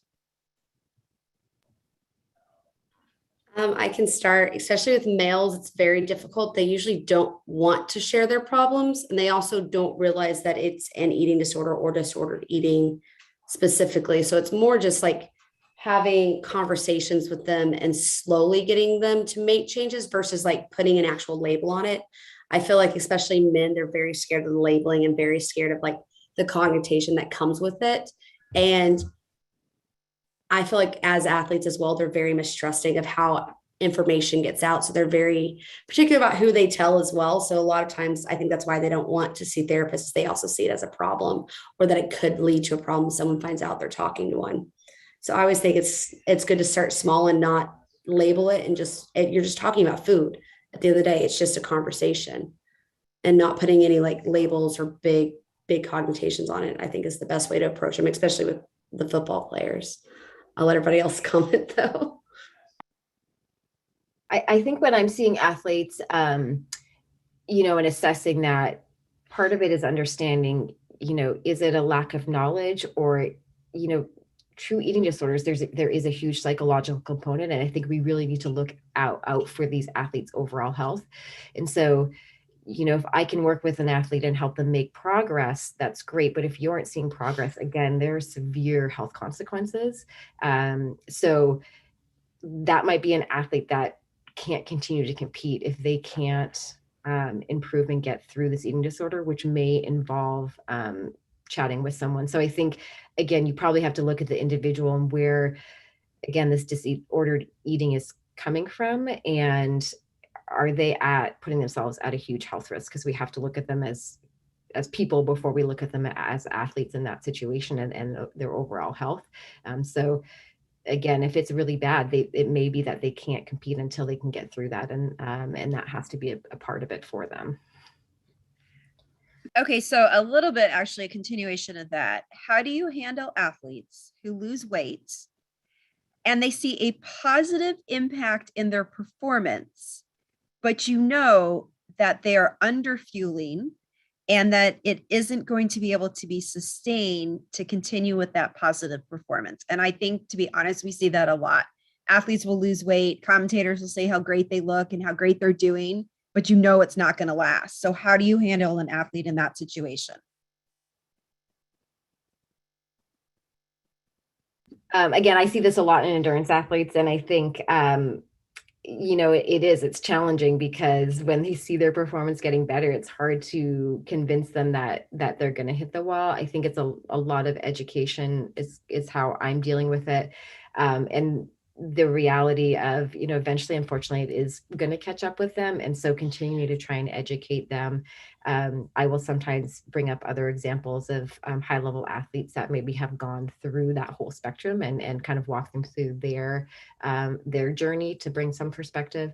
But we can only do so much in terms of education, and we're not necessarily there all the time. And so trying to educate them, but you may not be able to convince them to change what they're doing until they kind of hit that wall too. So I think, Amber, you were going to step in.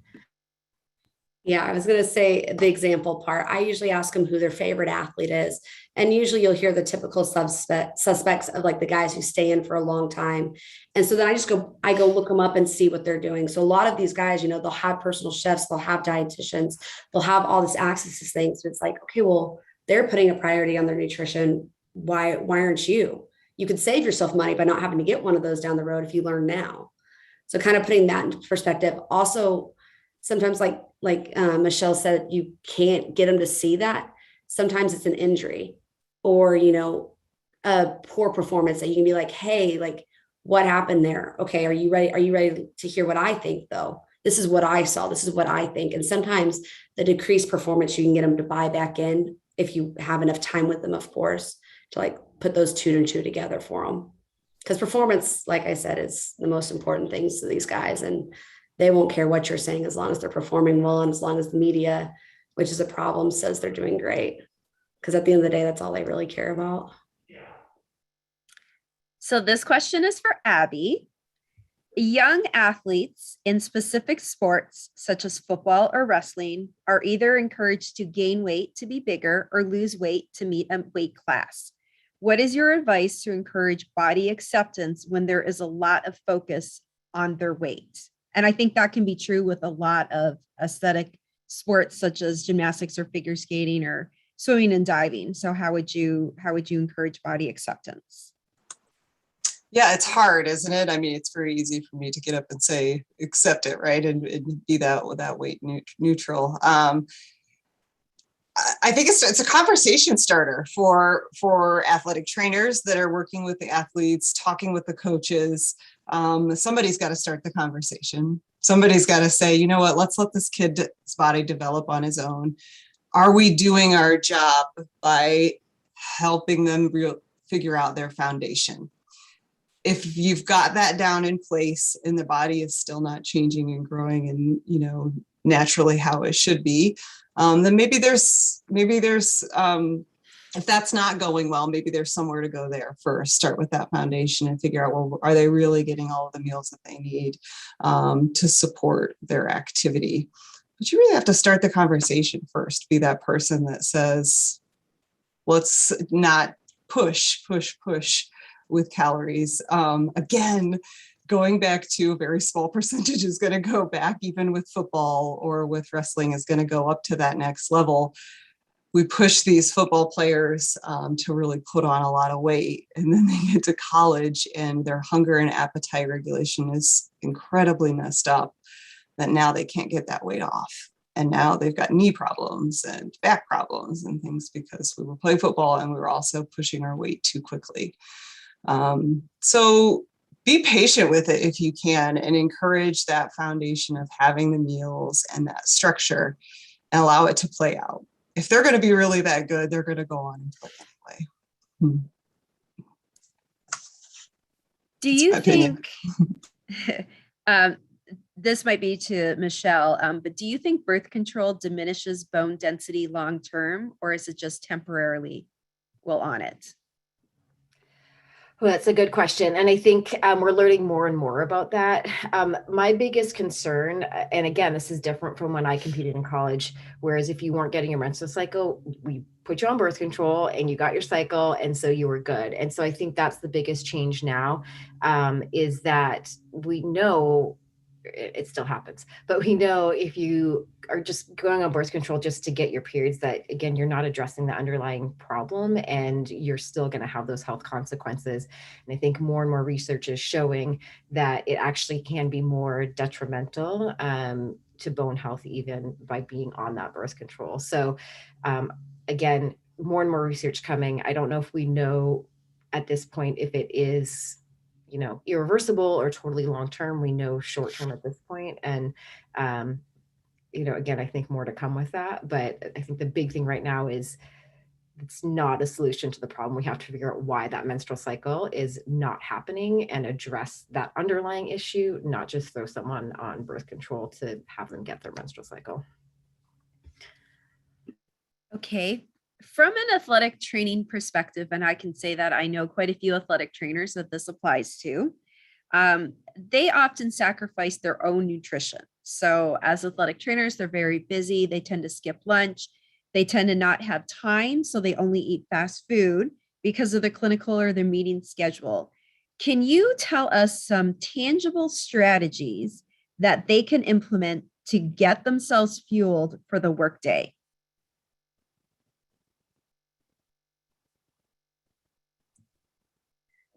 I mean, I feel like everybody in sports doesn't eat. I mean, I feel like dietitians are the worst of do what I say and not as I do. Like the athletes will be like, this is the first time I've ever seen you eat, Amber. And I'm like, oh, how to shove something in my mouth. I mean, it's really unfortunate that we do give up so much in terms of like health and our nutrition as well. I found it very easy to prepare the night before, like maybe one day that you maybe have more time off. Obviously during season, we have none of that. One of the athletic trainers here and I, like, we love HelloFresh and like, we'll make the meals and it's like, it works for us. I think it's kind of just finding what works well for you. And if it is, food service, those are becoming really popular now. The Jets, that was really popular with some of our athletic trainers, is they had meal services that just made their meals every day and dropped it off for them. And that was it. But Abby and Michelle, you guys probably know more than I do about that. Yeah, I think it is taking that conscious effort to make the time to do it. But I think we also get so caught up in like a virtuous thought of what a meal has to be. HelloFresh is great. A protein bar and a glass of milk can also count as a meal. But taking that time to just have it so that you're modeling that behavior is what is important, and not getting so wrapped up in the what that you're having, but that you're modeling that it's important that you get something to eat to take care of your body. It's less pressure. I always tell people, like Abby, I have 3 young kids and, busy with that and work, but anytime I can make something in bulk, I make it in bulk.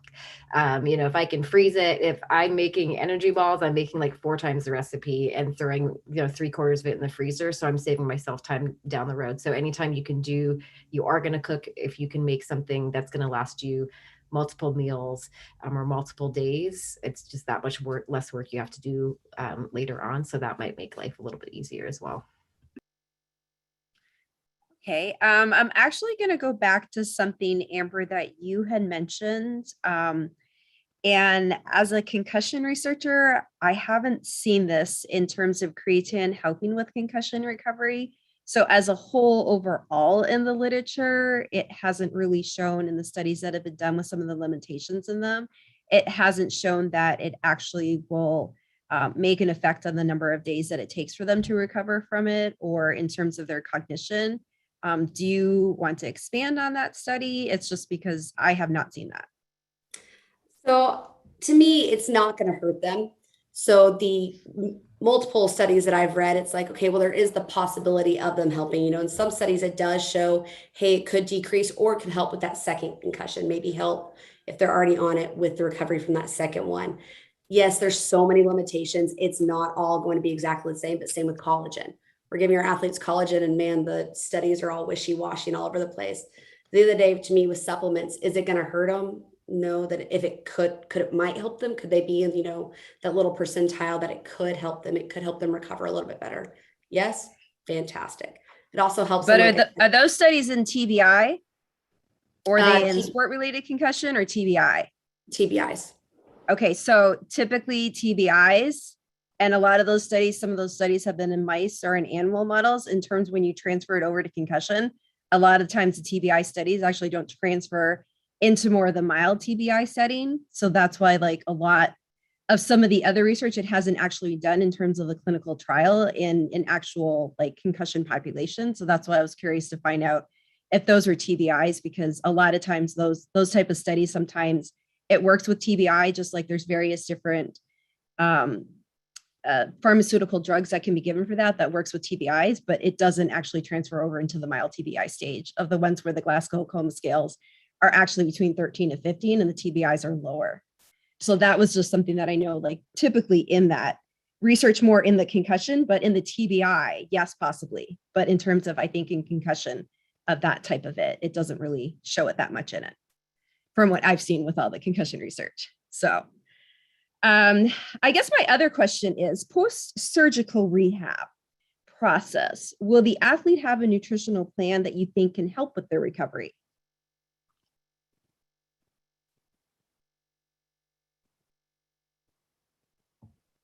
I mean, 1000%. I have concussion protocols, surgical protocols, soft tissue protocols for this reason. You know, knowing, and you guys obviously know more than we do about this, but knowing the proliferation, the inflammation phases, and how to adjust nutrition accordingly in those phases as well. So I usually sit down with our athletes, write posts, and just talk about what their days leading up to each phase is. You know, their inflammation phase, the first 3 days, I don't want you to take anything anti-inflammatory because this is really beneficial to us.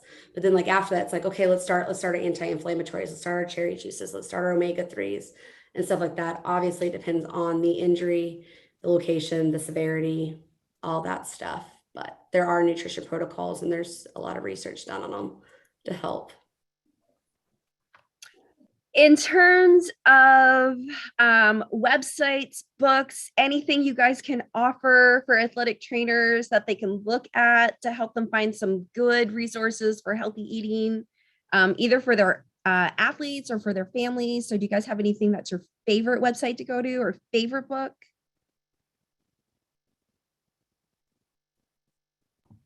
I just read a lot of like the current research is how I try to stay up to date on everything. So anytime it's released, I just read everything I can possibly get my hands on. I don't have like a go-to book.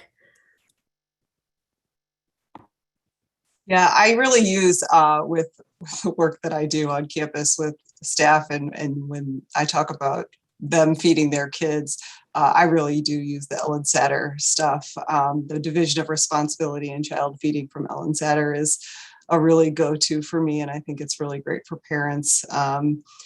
Getting that set up early, it gets that strong foundation. So anything on the Ellen Satter Institute website is lots of good resources on there. Okay, last question, because we're going to be running out of time. As far as professional athletes or college athletes, do you think they are going more vegan or more plant-based? And if you do, is there any difference that you find in them? Yeah, What the Health really messed with our profession so much. I don't know, Michelle, did you guys deal with it? Because man, the Jets, when I was there, I probably had that talk more than any other talk, is why it's a bunch of bogus. Yeah, I think you're right. I mean, any documentary, I say watch it for the entertainment value, not for the educational value. But I do think it's a bigger discussion, and a lot of it was fueled by that. I think the big thing is, I had a high school athlete come to me, and they didn't eat any fruits or any vegetables, and they literally had watched it the night before, and her and her dad were gonna go vegan. I was like, maybe we just start with some fruits and vegetables. So I think yes, but I think if they're going to do that and be able to perform it, they have to be really on top of it and really diligent. And so helping them understand that and educate, because if they don't do it right, their performance is going to suffer. And again, as we talked about, I mean, that's the key for these athletes. So it's not that it can't be done, but it's really hard to do it right with the amount of training that they're doing. And so a lot of times you see those athletes, again, they can get away with it for a little bit, and then you start to see them suffer fatigue, injury, illness, because they're not getting everything they need. My biggest go-to is to talk about Cam Newton. There was an article in some magazine that was published when he had, I want to say it was a fifth metatarsal fracture. I don't remember what it was, but it was something in his foot, and it took him 2 years to recover from it. And a doctor had sat down with him, and they went over everything, and it turns out he wasn't eating enough protein to recover. And it's like, unless you have a perfect handle on it and a great balance. I did have an athlete who was pescatarian, but he had 2 different chefs and a dietitian who managed his diet. And that's what I tell our athletes. It's like, so you could do it like Cam Newton, who didn't know what he was doing. He did it because he thought it was healthy and a good way to go, but then he didn't recover from something that you saw your teammate recover from in 6 weeks. So kind of putting it into that respective form, it's like, hey, he recovered really well. He ate what he's supposed to eat. Look at Cam Newton, millions flushed down the drain because of that. Or, you don't have, do you have the money? Do you have the time? Do you have the dedication to cook out your meals, to plan on your meals, to do all that? Well, a professional athlete doesn't have the time to do that. He's paying people to. As a college athlete, you add in school, you have film study, class, everything. You don't have enough time to do that. This isn't the best move right now. And that's kind of what I tell them. It's like, maybe, later down the road when you're ready to go, future NFL, or if it's just a regular life, let's sit down and talk about it. I'm doing classes with our guys this year about post-practice or being post-football life. That's when we bring it up, and that's when we talk about it. The biggest kicker I had was a psychological one. Someone told me that they felt like meat was hurting their soul and hurting their brain. And I was like, oh, okay, let's talk halal food, maybe, like food that we know has been treated well and taken care of. And that one threw me. That was the one I was like, oh, I don't know how to approach that one. Soul and veganism. That is a good one. That is a very good one. Yes. So I would before I forget to say this for everyone, in order for you to get your CEUs, there is a link in the chat that you must complete the survey. And we will definitely make sure everyone gets their CEUs. So it is 2 CEUs for this talk. I would also like to thank Amber and Michelle and Abby for a great talk. It was very informative. I think it was very helpful for high school athletic trainers as well as college athletic trainers. But I think more importantly, I think just from a personal, standpoint, that I think it was very, very effective for all of us to hear all the tips and the hints and everything that you had to say to help us personally with our own life and having and trying to do better nutritional eating habits. So I really think that was great. And hopefully, if we get something out of this, we can try to at least, do what we can to get some better nutritional habits. And I think the 3 of you provided that. So I really, really appreciate everything you guys said. It was great presentations. And as I said, if everyone could please just fill out the survey, and then you guys can get your CEUs. But thank you. And I hope you all have a great night.